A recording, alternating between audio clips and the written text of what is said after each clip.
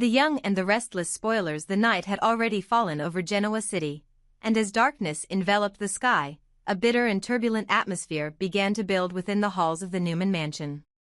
Inside one of the lavish yet tension-charged rooms, Kyle, Claire, and Victor found themselves locked in a confrontation that neither time nor circumstance could easily mend. What was meant to be an evening of reconciliation and newfound love quickly spiraled into a maelstrom of emotions and deceit. Kyle had believed that the events of the past few weeks had finally reached a point of resolution, a moment where he could confidently embrace his love for Claire without the heavy shadow of the past looming over every tender interaction. He had trusted that the storm had passed and that the delicate ties of affection between him and Claire would now blossom without interference. However, nothing could have prepared him for the rancor and contempt that Victor harbored that night. Victor, the patriarch whose name was synonymous with power, had a presence that dominated every room he entered. That evening, his eyes burned with an intensity that belied his usual stoic calm. His voice, when he finally spoke, was laced with venom and derision. "You think you can waltz into our lives, Kyle? Believe that you have my blessing to love her? No, not on my watch," he hissed, his words echoing with both disdain and a hidden warning of the consequences to follow. As Victor's verbal assault grew increasingly savage, the target of his ire remained clear: Kyle. It wasn't just a personal vendetta. Victor was on a mission to protect what he considered sacred within the Newman family. He made it explicitly clear that Kyle was unwelcome at any Newman gathering, even going so far as to insinuate that his presence could imperil the Abbott family as well, a stark reminder of the dangerous game of power and rivalry that was never far from the surface. The night's tension escalated rapidly. Kyle's initial confusion and disbelief gave way to a simmering anger. "I did nothing wrong," he spat, his voice trembling with both hurt and fury. For him, the previous days had been a series of hopeful steps toward healing, but now, Victor's cruel words and actions shattered any semblance of peace he thought he had achieved. Unable to withstand the barrage of verbal abuse any longer, Kyle's frustration reached a boiling point. In a moment of sheer impulse and defiance, he rose to his feet and tried to make a hasty exit, seeking solace and distance from the relentless hostility. Yet, before he could leave, Victor's iron grip stopped him in his tracks. The older man's hands, rough and unyielding, pulled Kyle back into the center of the unfolding drama, insisting that the confrontation was far from over. In the midst of this chaos sat Claire, her heart a battleground of conflicting emotions. She watched in anguish as the very man she had once trusted and admired, her grandfather, launched his full fury against the one person she had come to love. Tears streamed down her face, each drop reflecting the betrayal and sorrow that now marred what she had believed to be a promising future. The hurt was not merely from witnessing the physical struggle but from the realization that those closest to her were willing to sacrifice her happiness on the altar of legacy and power.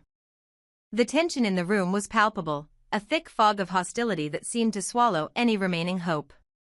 With each passing second, the situation grew more volatile until finally, unable to contain the tempest of his own emotions, Kyle struck out.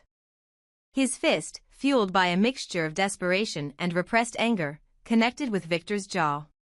The blow was sudden and decisive, a moment that sent shockwaves through the room. Victor reeled from the impact, his body staggering as he collapsed onto the polished floor. A collective gasp echoed around the room, as if time had momentarily frozen in response to the audacity of Kyle's action. The trap had been set, and now its repercussions would ripple through the very fabric of the Newman family. Victor, ever the cunning strategist even in his moment of vulnerability, wasted no time in formulating his next move. His eyes, now filled with a dangerous glint of calculation, betrayed the fact that this was but a setback, a minor disruption in a larger plan. He vowed, with a tone that sent chills down everyone's spine, that he would report the incident to the police. According to his plan, he would portray himself as the victim of a brutal, unprovoked attack, casting Kyle not as a wronged lover, but as a dangerous aggressor capable of upending the delicate balance of power. The ramifications of Victor's declaration were immediate and far-reaching. The possibility that Kyle could be arrested, his future jeopardized by the weight of fabricated charges, hung over the room like a dark omen.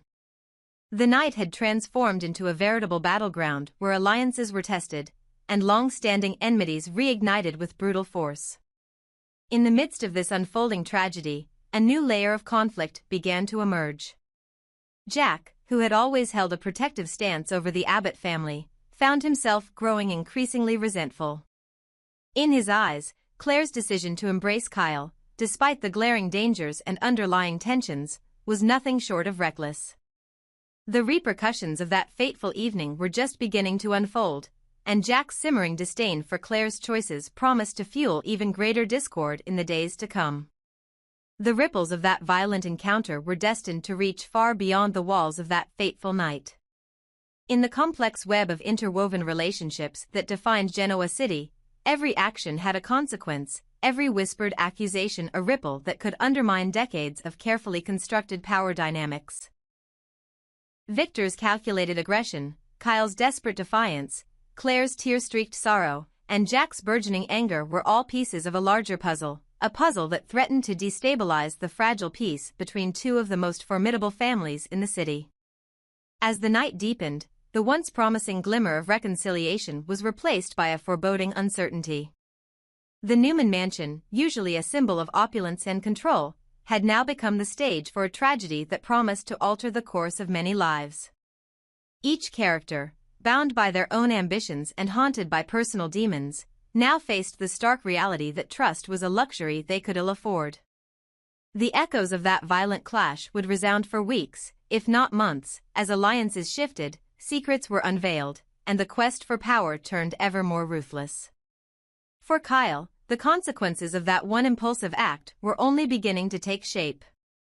His life, once filled with tentative hope and the promise of a future with Claire, now teetered on the edge of a precipice. The looming threat of police intervention cast a long shadow over his every thought, and the knowledge that his actions had set in motion a chain of events he could neither control nor fully comprehend was a heavy burden to bear. Meanwhile, Claire's heart was torn between two conflicting forces: the love she felt for Kyle and the deep-seated loyalty and reverence for her family's legacy, a legacy that now seemed irrevocably tainted by betrayal and violence. Her internal struggle was palpable as she grappled with the realization that the choices she had made, and the people she had chosen to stand by, were now drawing her into a maelstrom of conflict that might ultimately consume her. As dawn approached, promising a new day yet unable to erase the scars of the night's events, the characters were left to ponder the true cost of their actions. The Newman family, with its storied history and unwavering pride, stood at a crossroads. The battle lines had been drawn, and with every passing moment, the delicate balance of power teetered on the brink of irreversible change.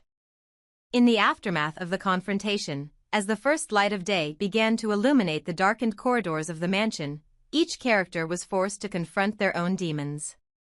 Victor's calculated scheme to implicate Kyle was only the beginning of a series of moves in a dangerous game of chess, a game where trust was fleeting, loyalty was questioned, and every alliance was under constant threat of betrayal.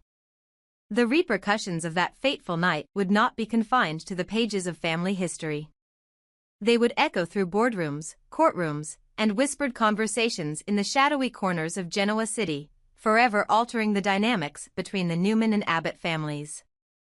And as the city awoke to a new day, it did so with the lingering knowledge that, in a world ruled by power, ambition, and bitter resentment, no one was ever truly safe from the consequences of a single, fateful moment.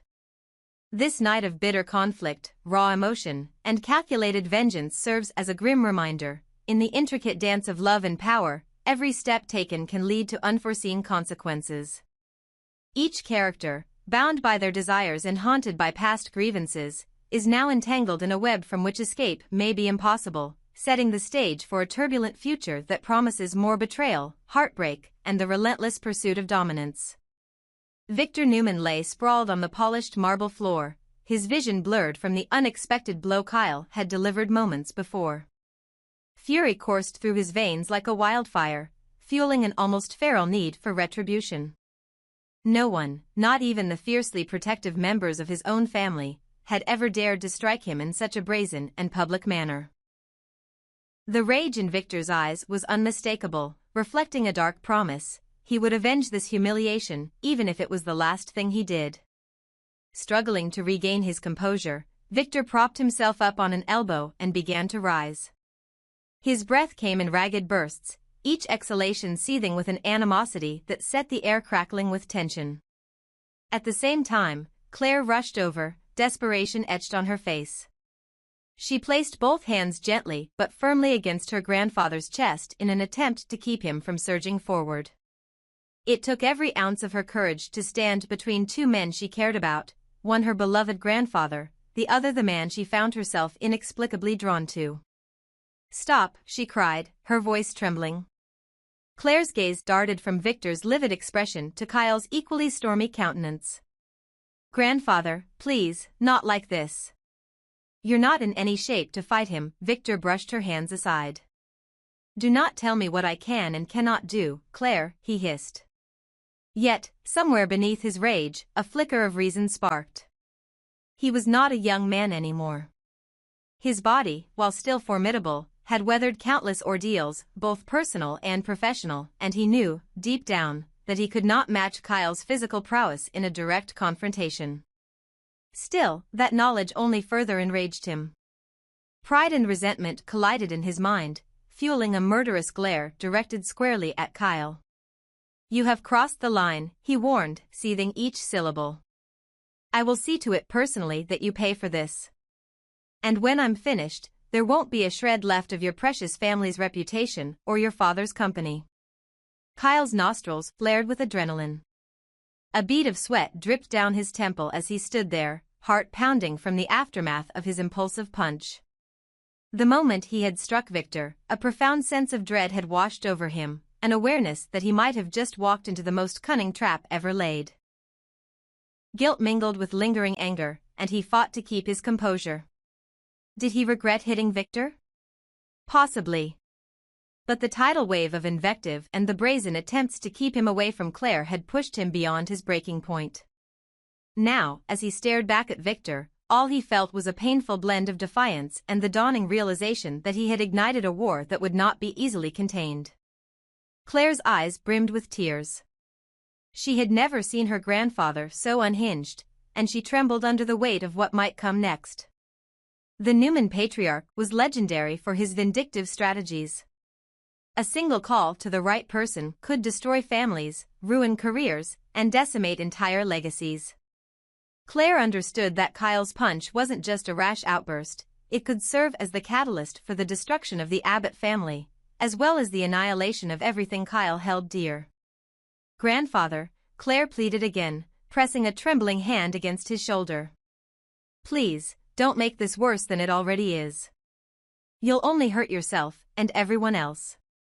Victor turned his gaze upon her, his fury momentarily tempered by a swirl of disappointment and confusion. "You're defending him? After what he did? After the insult he just hurled at your family?" Claire swallowed, tears slipping down her cheeks. "No one is defending what happened," she whispered, her voice breaking. "But I can't just stand by and watch you tear each other apart." Before Victor could retort, the heavy wooden doors of the room burst open, and Nikki Newman stormed in, her expression a tense mask of anger and concern. She took in the scene, the disheveled chaos, the tears on Claire's face, and the blazing fury emanating from her husband. "My God, Victor, what have you done?" Nikki demanded, glancing worriedly between him and Kyle. Despite her exasperation with her husband's perennial need for control and dominance, she had always been his anchor in these stormy waters. She recognized that look in his eyes, the silent vow that no betrayal would go unpunished. Victor slowly lifted his chin, refusing to appear weak in front of anyone. "Kyle assaulted me," he proclaimed, his voice still raw from the adrenaline surging within him. "Now, I'm going to make sure he faces the consequences, criminal, financial, and otherwise. He won't have a life left when I'm through." Nikki's heart sank. She had been with Victor long enough to know that when rage overpowered him, there were virtually no boundaries to what he might do. No tactic was too underhanded if it served the goal of ensuring those who crossed him were brought to heel. Compounding her worry was the knowledge that the entire Abbott family, particularly Jack, would be in the direct line of fire. Indeed, Victor's wrath was rarely confined to a single target, it often engulfed anyone who dared remain loyal to his adversaries. "Victor," Nikki began, her tone an urgent whisper, "we need to think this through." "You can't just, I can and I will," Victor cut her off, unwavering. "I've tolerated enough." Kyle tried to play both sides. He pretended civility, pretended to care for Claire, but this? This is an act of war. Kyle, his hands still throbbing from the punch he had thrown, felt a sinking dread at Victor's words. The consequences of that single act were going to spiral out of control, and he knew it. As much as a part of him wanted to keep fighting, the more sensible side recognized that the battle was no longer in his control. The police could show up at any moment, ushering him away in handcuffs. Jabot, the Abbott family's legacy, could be ravaged by a Newman onslaught. The future he had dared to envision with Claire might already be in ruins. Gathering his thoughts, Kyle spoke, his voice steady but laced with remorse. "Claire, I'm sorry," he managed. Yet even as he apologized, he struggled to articulate precisely what he was sorry for. Was it hitting her grandfather, or allowing his own insecurities to be weaponized against him? Perhaps both. He lifted his gaze to meet Victor's, who stared back with the cold fury of a man determined to make him regret ever crossing into Newman territory. Claire let out a shaky breath, her tears flowing more freely now. She reached for Kyle's hand, but he stepped back, as though afraid his touch might only bring her further harm. "Kyle," she said softly, heartbreak saturating her voice. "Why did you do it? Why couldn't you just walk away?" At that, Kyle's gaze flickered with a turmoil of emotions, anger, shame, and a lingering sense of betrayal. "I tried," he said simply. "I really did. But the things your grandfather said, the way he threatened my family, it was all too much. I lost control." Behind them, Nikki eased closer to Victor, who now sat on one of the ornate chairs, attempting to mask his labored breathing. She could feel the tension rolling off him in waves. Any attempt to assuage his fury would likely fail in this moment, but as his wife, she had to try. "Victor," she pressed, her voice hushed yet firm, "I understand you feel cornered, attacked. But going nuclear isn't going to help anyone. It won't help the family, and it certainly won't help Claire." Victor glared at her, his ego far from placated. "I will do as I see fit," he snapped. "Jack Abbott has been a thorn in my side for decades, and now his son has stepped into the ring as well. Let them see what happens when they try to humiliate me." Several silent, tense moments passed as the gravity of the situation weighed down on everyone in the room. Finally, Claire took a step back, pressing a trembling hand to her forehead. "I need some air," she whispered, her voice cracking under the weight of the night's events. As Claire turned and hurried off, her sobs echoing through the corridor, Kyle almost followed her. But a single glance at Victor's glacial stare convinced him otherwise. Any attempt to comfort Claire now would only inflame Victor further, and Claire, for her part, seemed desperate to escape the suffocating tension. Outside, the night sky stretched vast and unyielding, studded with stars that offered only a faint glimmer of hope. Claire's tears glittered under the moonlight as she tried to steady her breaths, one trembling inhale at a time. She replayed the last few hours in her mind, Victor's tirade, Kyle's explosive reaction, the punch, the foreboding threat of retaliation, and felt utterly powerless to stop the avalanche that had already begun. Back in the mansion's grand hall, Nikki pulled out her phone, her face ashen with worry. She began to type a terse but urgent message. If there was anyone she needed to warn, it was Jack Abbott. He had to be prepared for the inevitable storm heading his way. After a lifetime of tangling with Victor, Jack might have steeled himself for countless battles, but this was personal. This time, the conflict hinged on family, and the stakes could not have been higher. Nikki's text read simply, "Victor has lost it. Watch your back. He's coming after you and Jabot."